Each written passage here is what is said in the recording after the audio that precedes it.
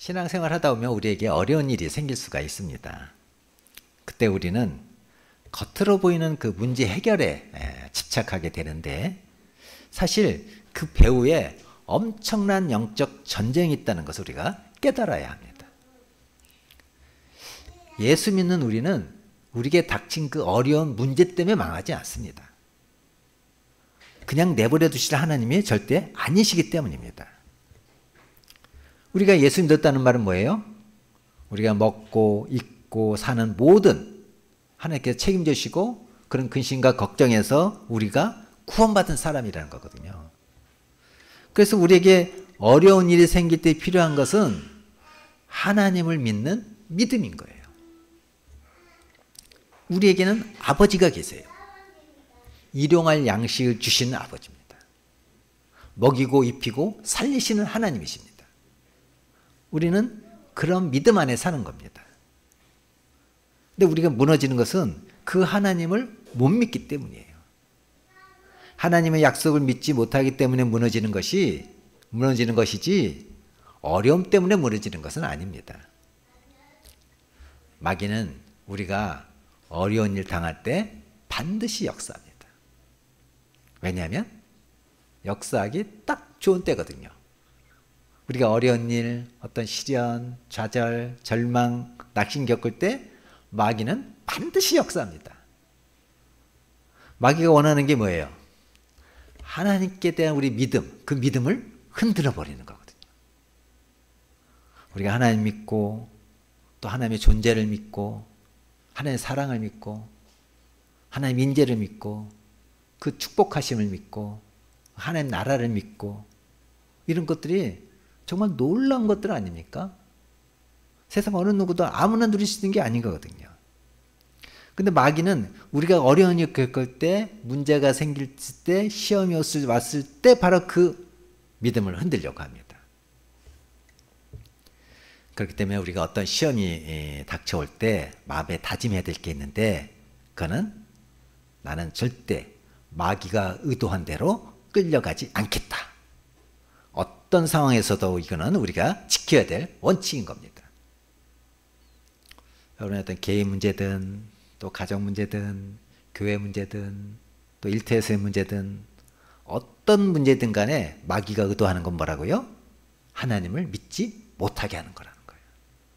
하나님의 말씀 붙잡지 못하게 하는 거라는 거예요. 하나님 의심하고 하나님 원망하고 나만 왜 이렇게 유난히 힘들지? 왜 이렇게 어렵고 슬픈 일을 겪고 있지? 그렇게 생각하게 만드는 거예요. 그래서 나는 절대 마귀가 원하는 대로 휘말리지 않을 거다. 이렇게 결심을 해야 됩니다. 우리를 그렇게 죄에서 넘어지게 하고 난 다음에 또 마귀가 원하는 게 있습니다.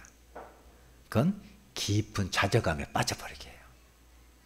난 자격도 없어. 내가 어떻게 예배드리지 교회 갈 수 있겠어? 하나님 나를 더 이상 돌보시지 않는 것 같아. 그럴 때일수록 우리는 더욱더 죽게 적극적으로 나가야 된다는 거예요. 유대인들 사이에 내려온 이야기 중에 슬픔의 나무라는 게 있습니다.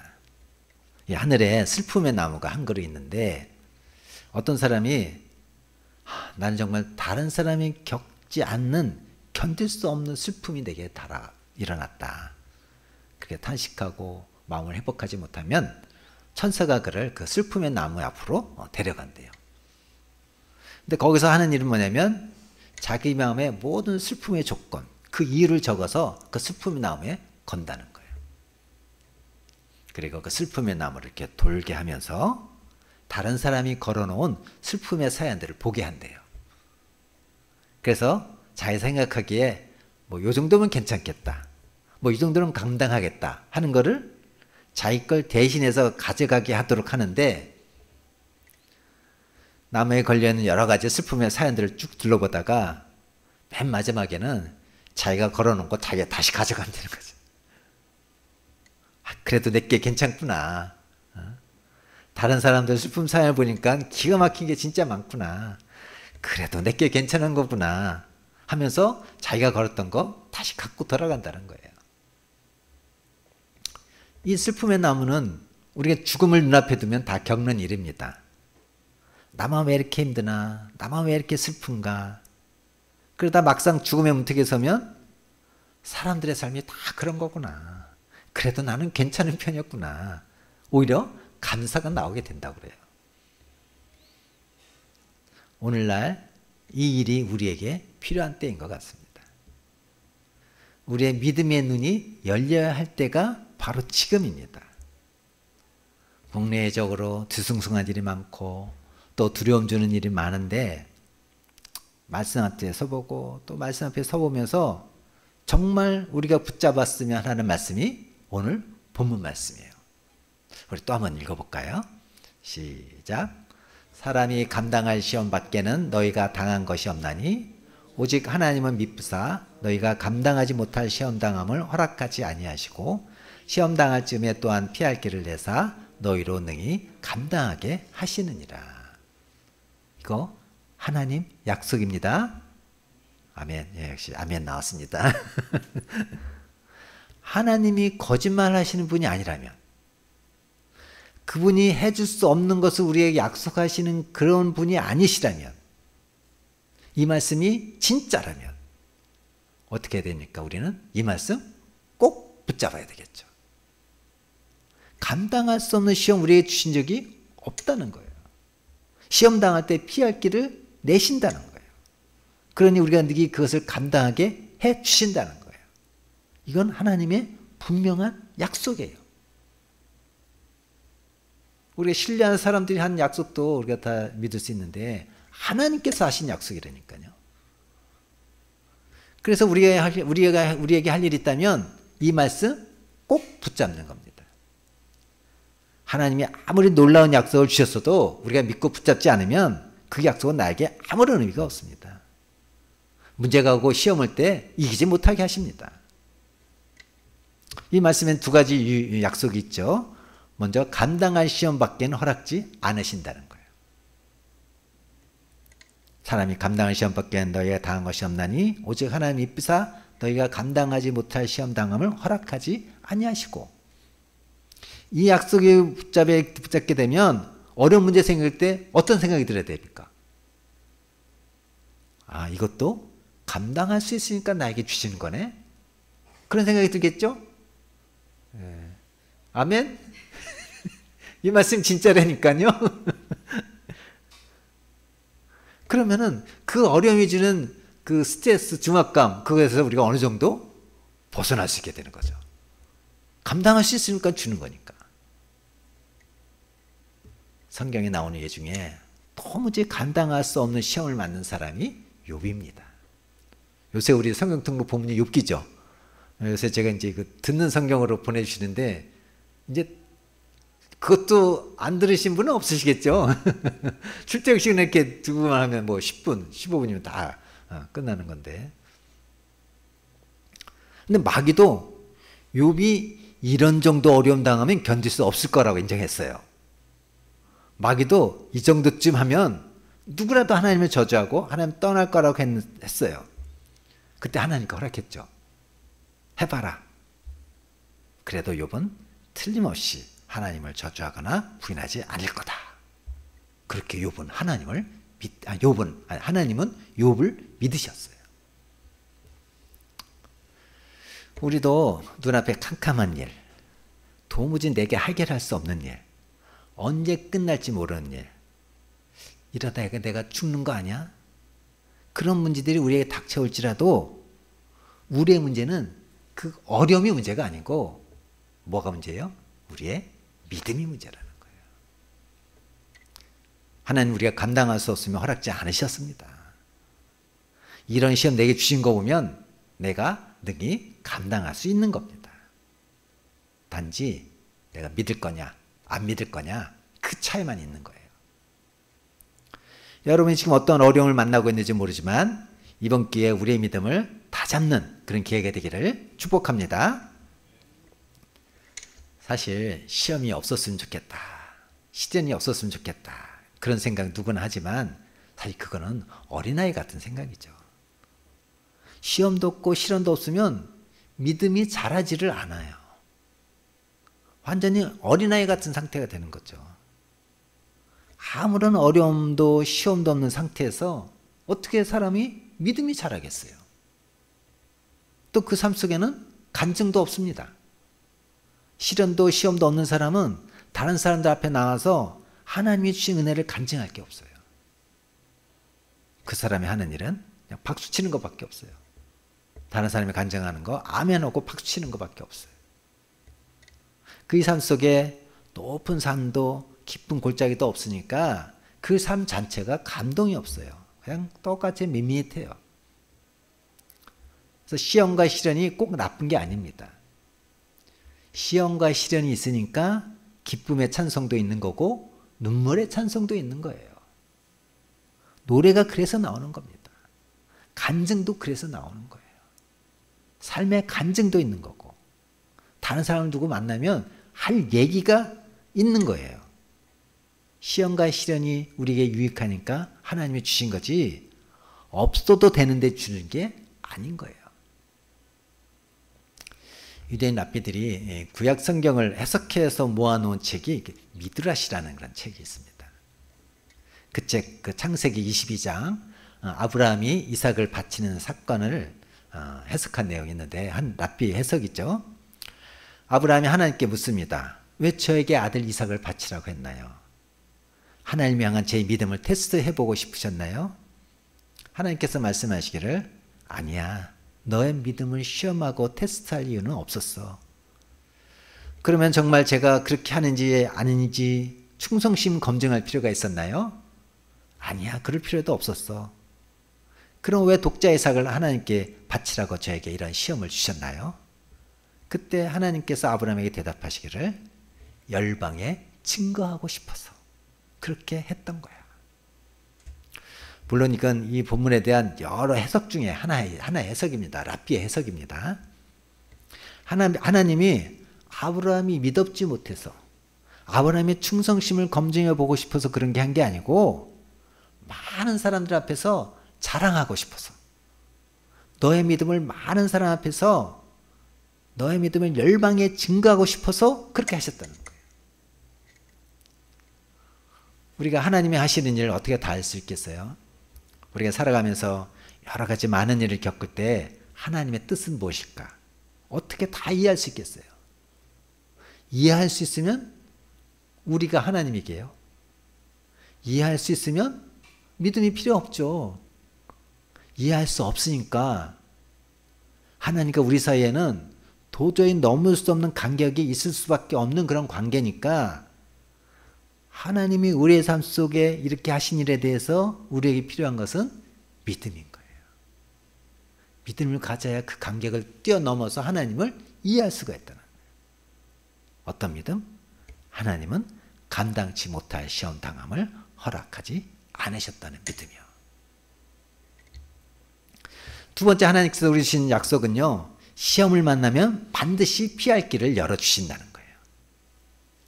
그냥 무조건 견뎌라 무조건 믿어라 이렇게 안 하셨다는 거예요. 우리가 얼마나 약한지 우리가 아는 게 얼마나 없는지 우리가 얼마나 인내심이 부족한지 너무 잘 아시는 거예요. 그래서 감당할 시험만 주시지만 당장 막상 또 시험을 당하면 피할 길도 하나님 주신다는 거예요.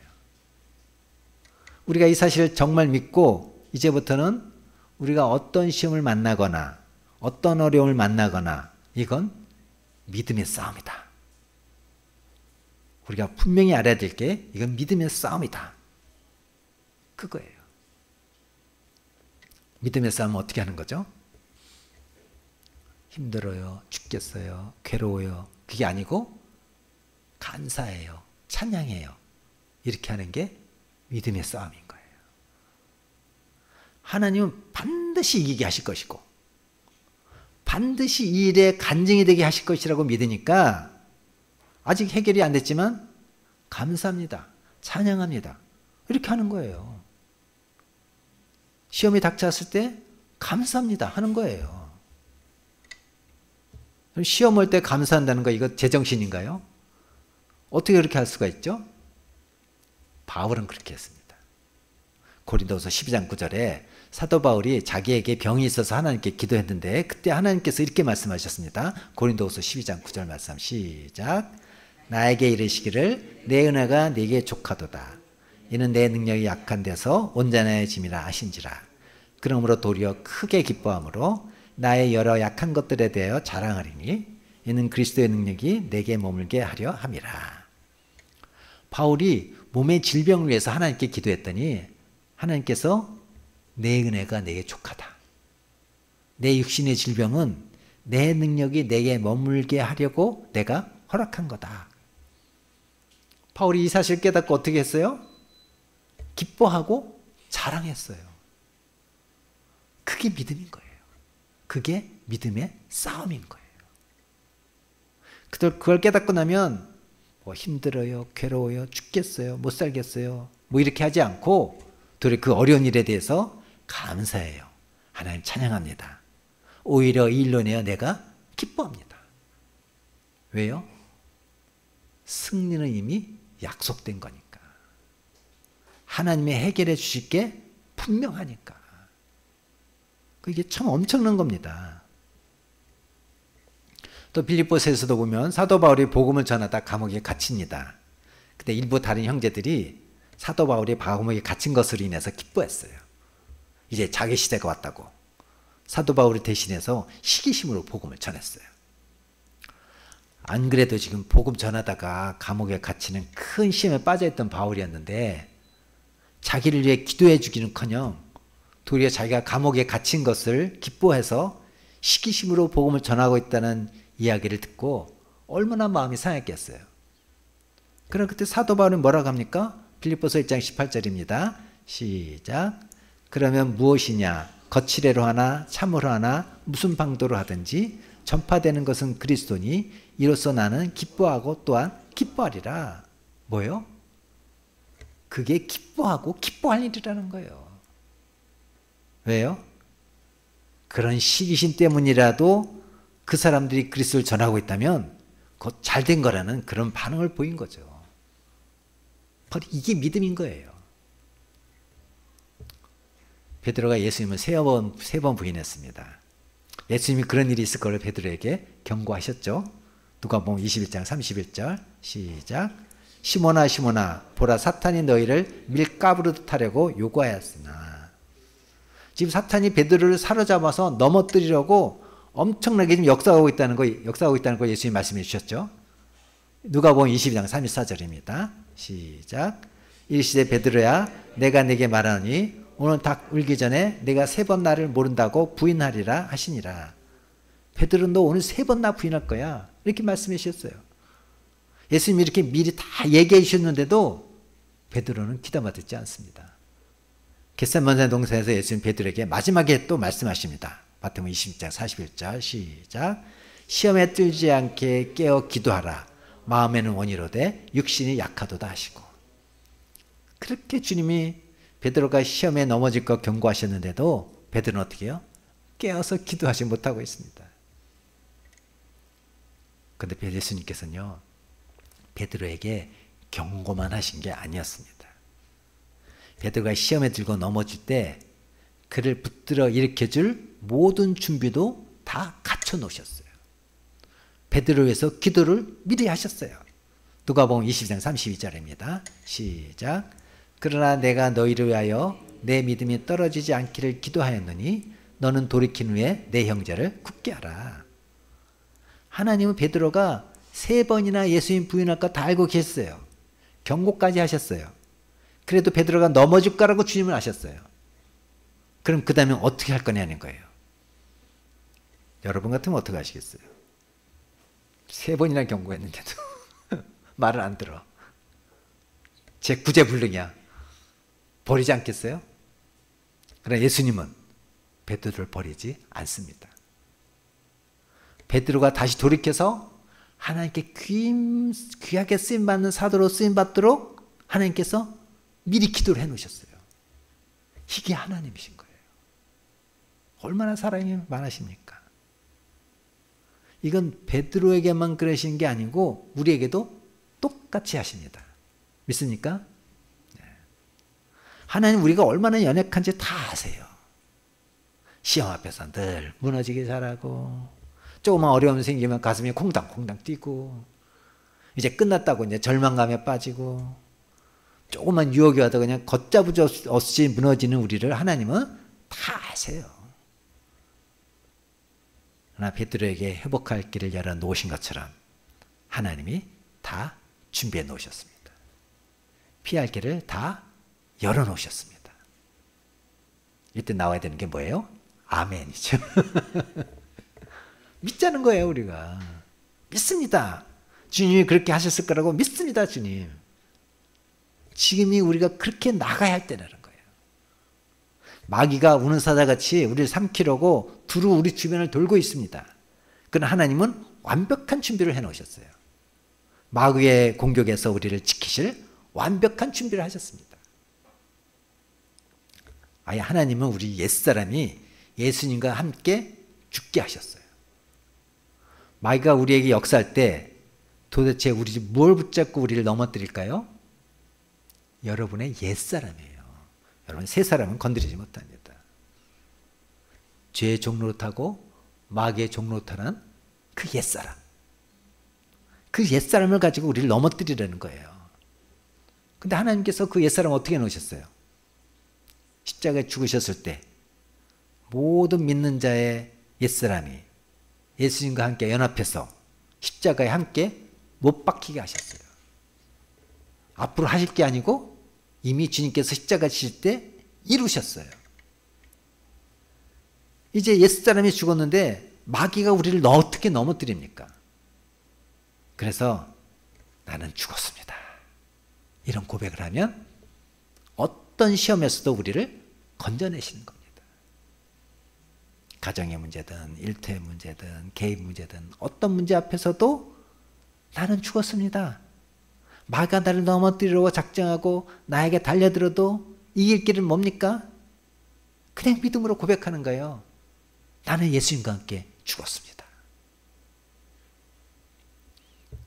그리고 또 하나, 어떤 시험보다 크신 예수님께서 우리 안에 거하시고 계세요. 예수님께서 우리 안에 거하십니다. 어떻게 하세요? 여러분이 지금 예배 자리에 나오신 것만으로도 여러분 안에 이미 예수님이 거하고 계신 거예요. 그게 주님이 여러분 안에 여러분을 이끌고 계시다는 부인할 수 없는 증거입니다. 요한일서 5장 18절 말씀 보겠습니다. 시작. 하나님께로부터 난 자는 다 범죄하지 아니하는 줄을 우리가 아노라. 하나님께로부터 나신 자가 그를 지키심에 악한 자가 그를 만지지도 못하느니라. 하나님께로부터 나신 자가 나를 지키십니다. 그러면 하나님은 우리가 시험에 들지 않도록 모든 완벽한 방안을 마련하셨어요. 십자가에서 우리 옛사람은 죽게 하셨고, 그리고 예수님의 생명으로 지금 살게 하셨어요. 사랑하는 사람들 사이에, 또 가족들 사이에, 교인들 사이에 왜 시험이 듭니까? 예수님으로 인해서 행복하지 않으니까. 그래서 자꾸 사람에게서 행복을 얻으려고 하고, 인정받으려고 하고, 나를 기쁘게 해달라고 하고, 나를 만족하게 해달라고 하고, 이런 욕구에 여전히 사로잡혀 있으니까 시험에 드는 거예요. 배신당했다, 억울하다, 못 살겠다, 이혼하자, 이렇게 되는 거예요. 예수님, 내 생명이신 주님이 나와 함께 하셔서 나에게 진정한 기쁨이 되는 눈이 뜨이고 나면 어떤 사람이 나를 배신하고 나를 괴롭히고 나를 만족시키지 못하는 사람이 있어도 흔들릴 이유가 없습니다. 이게 정말 우리가 붙들어야 될 믿음인 거예요. 어떤 목사님이 한 직장 신우회 예배에 매월 설교를 하며 이렇게 섬긴 적이 있었다고 합니다. 그 회사를 설립하신 분은 장로님이시고, 그때 아들이 이제 그 회사를 맡아서 경영하고 있었는데, 아들은 집사님이셨습니다. 가서 예배를 드리는데, 이 아들 사장님은 그렇게 뜨거운 신앙인이 아니었습니다. 그래도 직장 예배를 드릴 수 있게 된 게 너무 감사해서 가서 계속 말씀을 전했습니다. 그래 어느 날 갔더니 분위기가 아주 안 좋아요. 그래서 사장실에서 그 집사님과 이야기를 나누는데 회사가 부도로 넘어가게 됐다는 거예요. 매월 예배를 드리던 그런 회사가 그렇게 된다니까 한 목사님이 참 기분이 묘했대요. 부도로 넘어가게 된다니 내가 예배 잘못 드린 건가? 그런 생각도 들었대요. 이왕이면 회사가 예배 드려서 잘 됐다 이렇게 됐는데 참 난감하더래요. 그러면서 기도 제목이 부도 위기에서 회사를 건져달라고 그런 기도였고 또 예배 드리면서 함께 회사를 위해서 기도도 했습니다. 그렇게 몇 달이 이제 갔는데 어느 날 예배 전에 집사님이 목사님을 만나자고 했대요. 그래서 사장실에서 그 집사님 만났는데 그 집사님 하는 말이 아무래도 부도가 날 것 같다. 회사 문을 닫아야 되고 다른 사람이 인수하게 될 것 같다. 그러면서 그분이 이렇게 눈물을 흘리시더래요. 그러면서 기도 제목이 하나 있는데 부도가 나지 않게 해달라고 기도는 안 하겠다. 누가 이 공장을 인수하든지 이 직장 예배만큼은 계속되게 해달라고 기도 부탁한다는 거예요. 그런 마음이 너무 강하게 든다는 거예요. 이 공장 직원들 대부분은 예수를 안 믿는데 사장님이 예배 드린다고 하니까 그냥 예배 드리러 온 사람들이었어요. 반 정도 이상은 졸기도 하고 아무 생각도 안 하고 억지로 참석하시는 분들인데 사장님도 자기가 거기에 별로 의미가 없었대요. 근데 이제 회사를 위해서 기도하는데 이 직장 예배가 얼마나 중요한 거를 그때서야 깨달았다는 거예요. 그래도 내가 기독교인이고 집사니까 이렇게 했는데 이제 다른 사람이 인수받게 되면 제일 먼저 직장 예배부터 없어지지 않겠나. 그게 하나님 앞에서 가장 애통하더래요.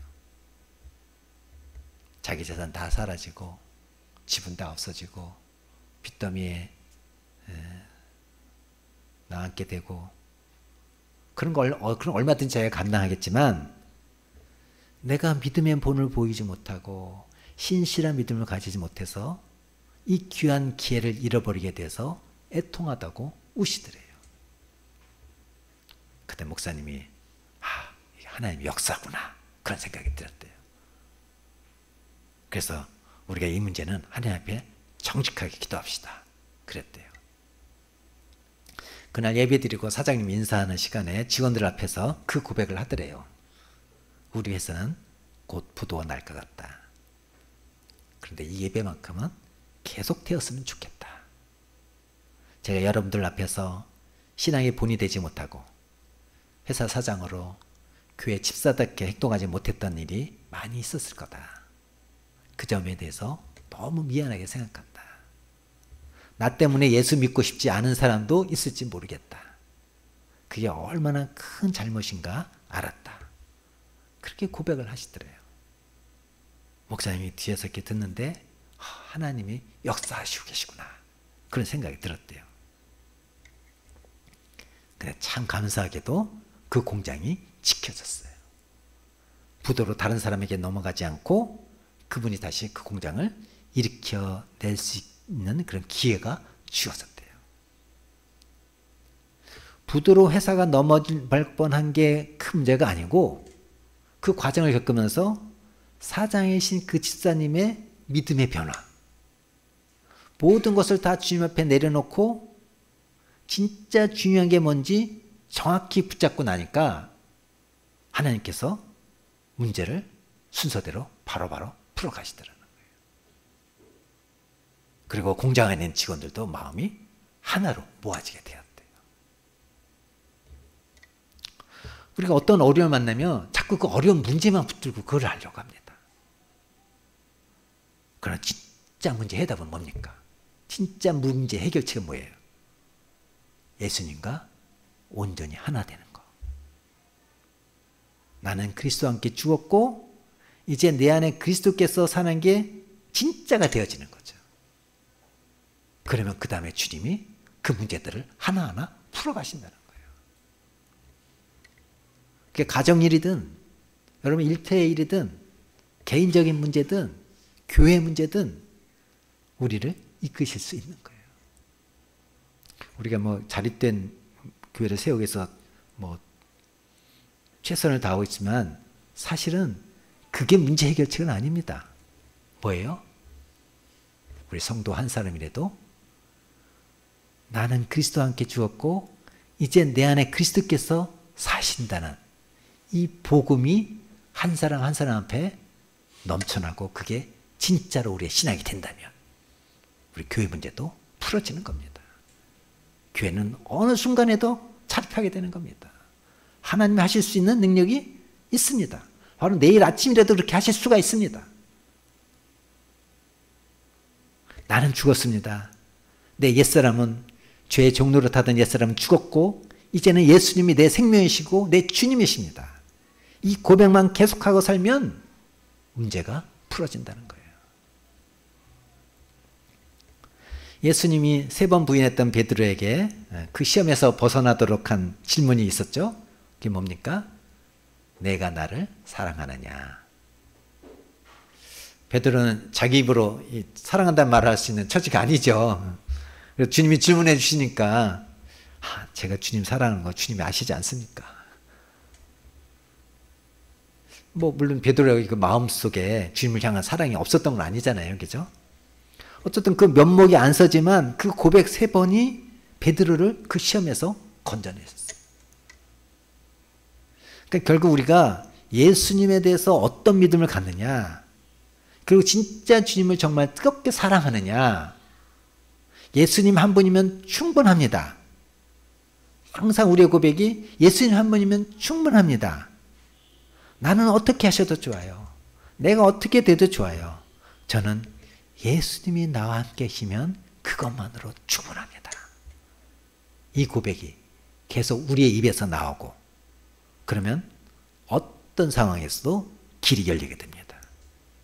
나도 살고 가족도 살고 교회도 살고 우리 모두가 살 수 있는 길이 보이는 겁니다. 근데 예수님 한 분이면 충분합니다. 그 고백이 안 되면 그래도 이건 내가 놓칠 수 없어요. 이 아파트만큼 그래도 여기 살아야 되지 않은 거 아닙니까? 이것만은 나한테 좀 허락해 주세요. 이러면 계속 헷갈리게 되는 거예요. 어떤 길이 내가 살 길인지 내가 모르게 됩니다. 중세 신학자인 토마스 아퀴나스가 기도 중에 하나님께서 이렇게 말씀하셨대요. 내가 너에게 뭘 해주기 원하느냐? 솔로몬에게 했던 그 토마스에게도 그런 기가 막힌 질문을 하셨던 거예요. 내가 너에게 뭘 해주기 원하느냐? 그때 토마스 아퀴나스가 바로 대답했대요. 하나님, 저는 그리스도 외에는 아무것도 원하지 않습니다. 토마스 아퀴나스와 우리의 차이는 뭘까요? 내가 너에게 뭘 해주길 원하느냐? 저는 진짜 예수 그리스도 외에는 아무것도 원하지 않습니다. 그게 진짜 내 고백이고 마음의 중심입니까? 아니면 아파트 한 채는 주셔야 됩니다. 이게 내 마음의 고백입니까? 예수 그리스도에는 아무것도 원하지 않습니다. 그게 내 마음의 진짜 고백이 되면 그 나머지는 하나님이 다 책임지십니다. 근데 예수님은 충분하다는 그 고백이 안 되니까 주님이 나를 도우실 수가 없는 거예요. OM 선교회 총무였던 조지 바워가 미국에 있는 목사님들 상으로 세미나를 하면서 이런 질문을 했대요. 목사님은 정말 예수님을 사랑하십니까? 그런 질문을 계속 하셨더래요. 근데 대부분의 목사님들이 사랑합니다 이런 고백을 선뜻 못 하시더래요. 저는 주님의 일을 열심히 하고 있습니다. 저는 마음을 기울여서 목회를 하고 있습니다. 신방도 합니다. 설교도 합니다. 저는 이런 사업도 하고 교회에서 이런 프로젝트도 진행하고 성역 공부도 하고 제자훈련도 시키고. 그런데 주님을 사랑한다는 생각은 지금까지 별로 생각해 본 적이 없습니다. 이런 대답이 대부분이더라는 거예요. 그래서 많은 목사님들이 그렇게 지쳐 있다고. 이 조지 바워가 그렇게 말한 적이 있습니다. 여러분, 예수님과의 관계 사랑합니다. 예수님이면 충분합니다. 다 다른 사람들이 가져가도 좋습니다. 다 잃어버려도 좋습니다. 나는 예수님만 함께 하시면 충분합니다. 그러면 여러분이 삽니다. 어떤 시험도 우리를 무너뜨릴 수 없습니다. 그게 살 길이고 그게 피할 길이에요. 어떤 사람에게도 어떤 시험을 만나도 피할 길을 하나님이 주셨어요. 예수님 한 분이면 충분합니다. 그리고 주님만 붙잡으면 그럼 주님께서 우리의 모든 문제 다 풀어가십니다. 오늘 본문 말씀 고린도서 10장 13절 말씀은 한마디로 어떤 시험을 만나든지 이제 끝났구나 그렇게 생각하지 말라는 거예요. 진짜 큰 시험은 뭐예요? 아, 나는 이제 끝이구나. 이제 현할 길 없어. 그렇게 생각하는 게 더 큰 시험이에요. 하나님을 믿으면서도 어떻게 끝이라고 생각할 수 있겠습니까? 여러분이 지나간 날들을 한번 쭉 돌아보십시오. 힘겹고 어려웠던 순간들이 있었잖아요. 그리고 다 지나고 여기 와 있으시잖아요. 앞으로도 마찬가지입니다. 내 눈에 보기에만 힘들어 보이고 절망이라고 느껴지는 것이 하나님은 얼마든지 다 넘어가게 해주시는 그런 하나님이십니다. 이 사실을 진짜 믿고 나면 어려운 문제가 생길 때 오히려 즐길 마음이 생깁니다. 어떻게 이 문제는 해결될까? 이 문제는 하나님 또 어떻게 풀어가실까? 진짜 놀라운 일이 벌어질 텐데 이게 믿음인 거예요. 믿으니까 기대가 생기는 거죠. 그러니까 길도 보이는 거예요. 힘들고 어려운 문제가 계속되거나 또 지루하게 답답한 생활이 이어지면서 어떤 분은 자기도 모르는 사이에 자꾸 세상을 기웃거리는 사람이 있을지도 모르겠습니다. 품지 말아야 될 생각을 품고 있거나 가지 말아야 될 길을 가고 있거나 하지 말아야 할 행동을 지금 하고 있는 사람이 있다면 속히 돌이키시 바랍니다. 속히 돌이키시기 바랍니다. 큰일 납니다. 눈에 보이지 않지만 허다한 많은 증인들이 보고 있습니다. 내 눈에 안 보인다고 안 보인 게 아닙니다. 허다한 많은 증인들이 우리를 다 보고 있어요. 우리 안에 예수님이 우리 마음의 모든 생각까지도 다 알고 계십니다. 큰 죄 아니라고 합리화하면 안 됩니다. 여러분, 큰 병이 갑자기 생기나요? 암이라고 해서 갑자기 죽을 상태까지 가는 건 아니잖아요. 처음에는 아무리 검사해도 드러나지 않는 병으로 시작을 합니다. 사실 작은 병이 사실 무서운 거예요. 그게 점점 커지는 거예요. 사람이 씻지 않고 노숙생활을 하다 보면 자기 몸에서 무슨 냄새가 나는지도 모릅니다. 자기 코에 익숙해져 버리니까. 죄도 똑같아요. 영적으로 한순간 메말라지고 무너지는 사람은 없습니다. 큰 죄가 아닌 것 같은 상태지만 주님이 기뻐하지 않는 삶이 계속 이어지면 그럼 견딜 장사가 없습니다. 저도 때로는 의무감 때문에 교회 사역을 한다는 느낌이 들 때도 있습니다. 어떤 때는 제 마음속에 감격이나 감동이 어느 순간에 다 사라져버려요.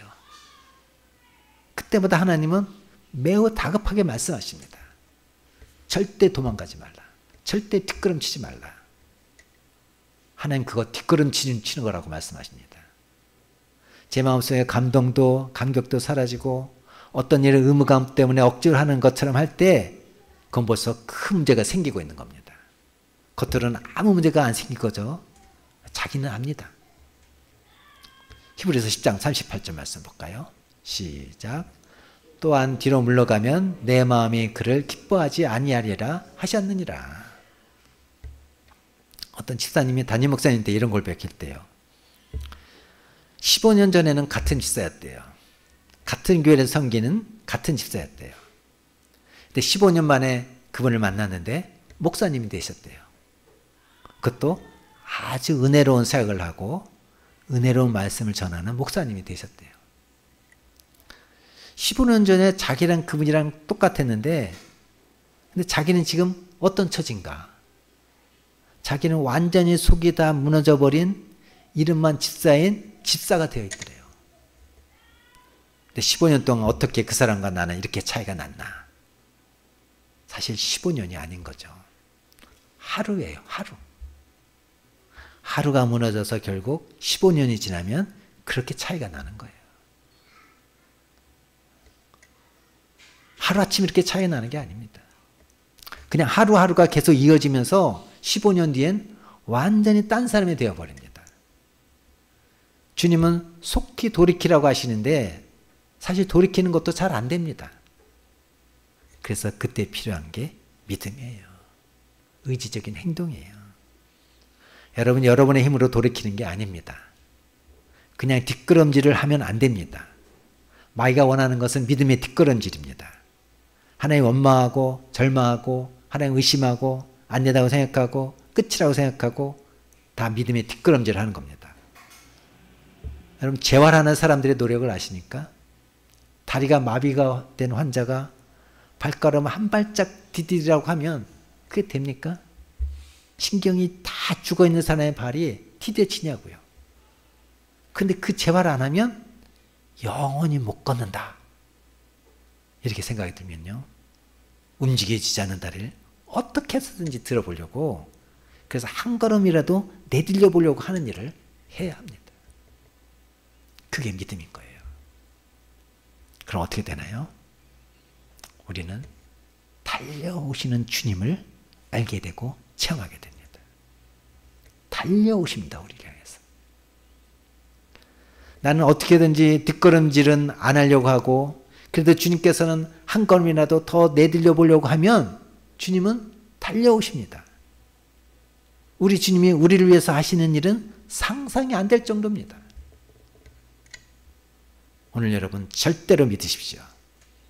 어떤 시험, 어떤 문제라도 감당하지 못할 시험은 없습니다. 이기지 못할 시련은 없습니다. 여러분 믿으십시오. 어떤 시험, 어떤 문제든 반드시 우리가 감당할 수 있으니까 허락하신 거예요. 지금도 피할 길을 여십니다. 예수님 한 분이면 충분합니다. 나는 죽었습니다. 이제 예수님이 내 생명이십니다. 나를 통해서 주님 일하시옵소서. 이게 여러분의 고백이 되기를 주님의 이름으로 축복합니다.